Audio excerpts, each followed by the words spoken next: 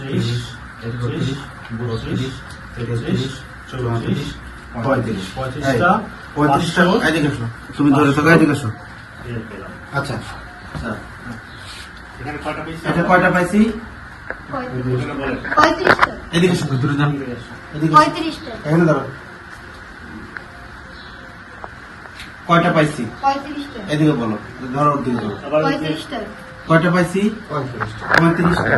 গত 22/4/2026 খ্রিস্টাব্দ হজ ক্যাম্প থেকে একজন হজ যাত্রীর সৌদি 22,000 সৌদি রিয়াল একটি চুরির ঘটনা ঘটে, যা সামাজিক যোগাযোগ মাধ্যম এবং গণমাধ্যমে ব্যাপক আলোচিত ও প্রচারিত হয়।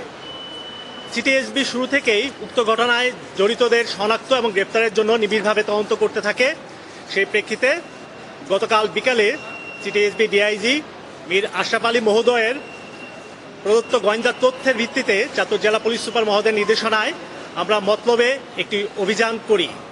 অভিযানের প্রারম্ভিকে আমরা বুঝতে পারি যে আমাদের যিনি টার্গেট ছিলেন হাবিবুর রহমান, তিনি মতলব বেড়িবাঁধ হয়ে কুমিল্লার উদ্দেশ্যে ইতিমধ্যেই রওনা করেছেন। সিটিএসবি থেকে প্রাপ্ত ধারাবাহিক তথ্যের ভিত্তিতে আমি মতলবের সার্কেল এসপি জাবির হোসেন সানিব, officer in charge Hafizur Rahman Manik, SI জীবন, এসআই দেলার, এসআই সুজিত, এসআই সাকিব এবং কনস্টেবল তুষারের সমন্বয়ে একটি আভিযানিক দল হাবিবুর রহমানের পিছু নিয়ে অনুসরণ করতে থাকি।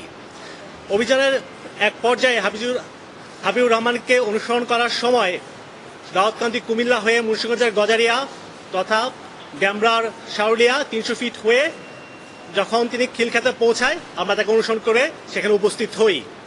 খিলক্ষেতে পৌঁছানোর পর সিটিএসবির বিশেষ পুলিশ সুপার মোহাম্মদ রেজাউল করিমের নেতৃত্বে একটি টিম আমাদের সাথে যোগদান করেন এবং ঘনবসতিপূর্ণ খিলক্ষেতে আমরা তথ্য প্রযুক্তি এবং ম্যানুয়াল সার্চিংয়ের মাধ্যমে একাধিক বাসায় অভিযান করে রাত 2:40 ঘটিকায় হাবিবুর রহমানকে আটক করতে সক্ষম হই।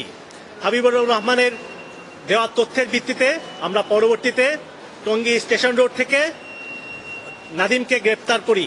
নাদিমের দেওয়া তথ্যের ভিত্তিতে একই রাতে আমরা পরবর্তীতে উক্ত চুরির ঘটনার মূল মাস্টার মাইন্ড আব্দুল মান্নানের গাজীপুরের 2টি বাসায় আমরা অভিযান পরিচালনা করি এবং দুর্ভাগ্যজনকভাবে আমরা আব্দুল মান্নানকে পাইনি। পরবর্তীতে আরও তথ্যের সংগ্রহ করে আমরা আব্দুল মান্নানের বড় মেয়ে মুক্তার জামাইয়ের বাসায় অভিযান করি এবং উক্ত চুরির 17,500 রিয়াল আমরা উদ্ধার করি এবং 4/2026 খ্রিস্টাব্দে উক্ত চুরির ঘটনায় জড়িত আব্দুল মান্নান এবং হাবিবুর রহমান একটি মানি এক্সচেঞ্জ থেকে 3,500 রিয়াল কনভার্ট করে 1,15,000 টাকা উত্তোলন করেন। সেই টাকারও 91,500 টাকা আমরা আব্দুল মান্নানের দ্বিতীয় স্ত্রীর বাসা থেকে উদ্ধার করি। পলাতক আব্দুল মান্নানকে দ্রুত শনাক্ত করে আইনের আওতায় আনার জন্য আমাদের কার্যক্রম অব্যাহত রয়েছে এবং ইনশাআল্লাহ খুব শীঘ্রই এবং দ্রুত আমরা আব্দুল মান্নানকে আমরা গ্রেপ্তার করতে সক্ষম হব।